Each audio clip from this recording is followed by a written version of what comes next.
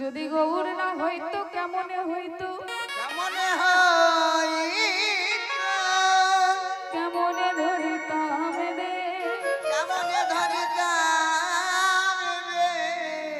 এই রাধার মহিমা প্রেম রস সীমা এই জগতে জানা তো, জগতে জানা তো কে। রাধা কৃষ্ণ একই আত্মা, একই আত্মা, দুই দেহ ধরি, দুই দেহ ধরিয়া অনন্য এ বিলাস রস আস্বাদন করি, আসাদন করি। সেই দুই মিলে হলেন আমার চৈতন্য গোসাই, চৈতন্য গোসাই। রাধার ভাব রস আস্বাদিতে দেহে হলেন এক কোথায়। হইলেন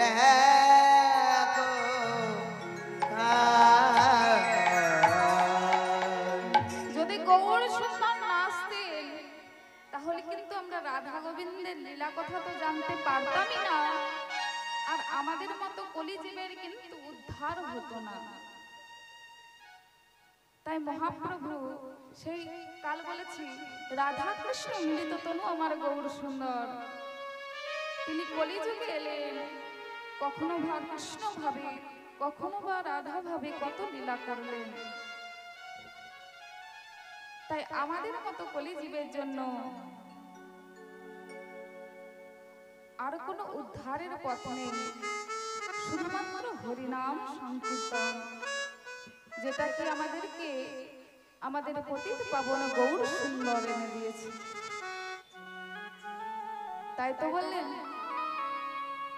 গোরা গুণ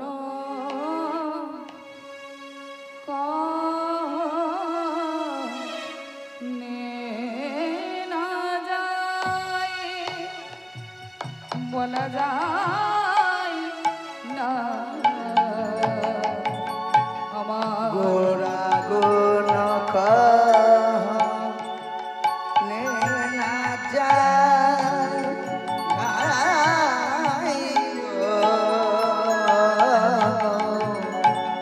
গোরা গুণ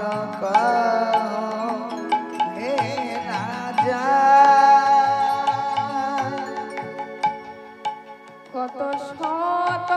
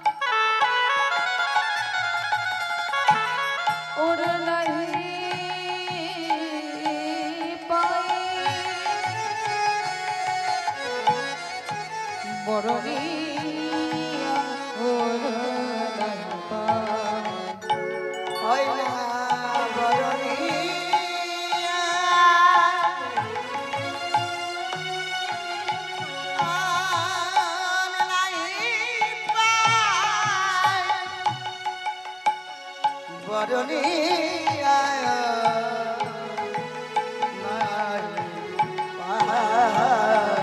আমার ঘোড়াগুলো কহরে না যায় ঘোড়া গুণ কারে না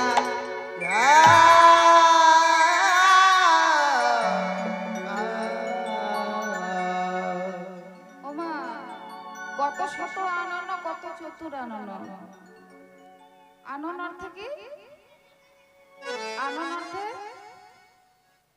কি? আনন মানে মাথা। আমাদের ব্রহ্মার কয়টা মাথা? কয়টা মাথা গো? কয়টা?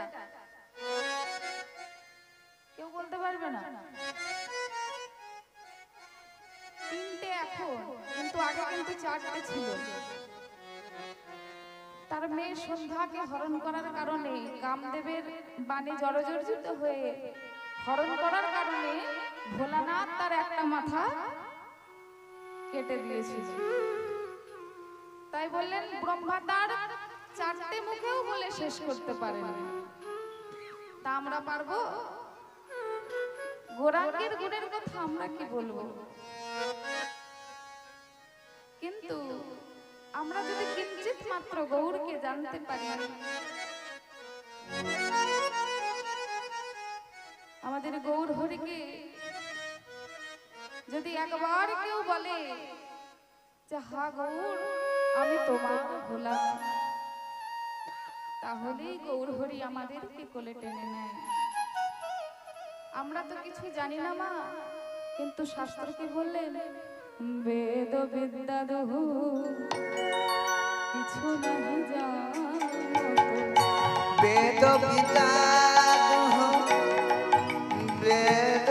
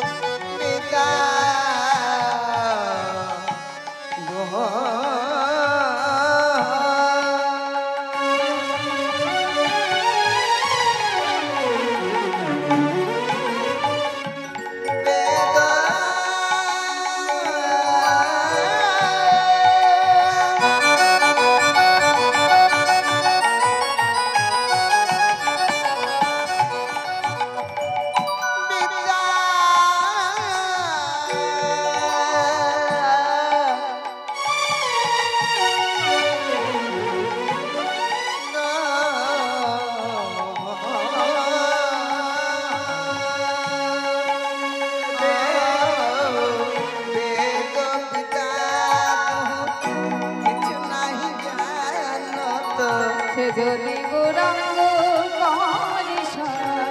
করে সে যদি গৌরাঙ্গ করে নয়নানন্দেতে ভালে ওগো সেই তো সকলে জানে প্রভু নয়নানন্দেতে ভালে সেই সকলে জানে নয়নানন্দেতে ভালে সেই তো সকলে জানে নয়নানন্দেতে ভালে সেই সকলে জানে সর্বসিদ্ধি কর তলে সর্বসিদ্ধি কর তলে সর্বসিদ্ধি কর তলে বেদ বিদ্যা কিছু জানবার লাগবে না, যদি গৌরাঙ্গ চরণ সার করা হবে। আজ করো তলে তার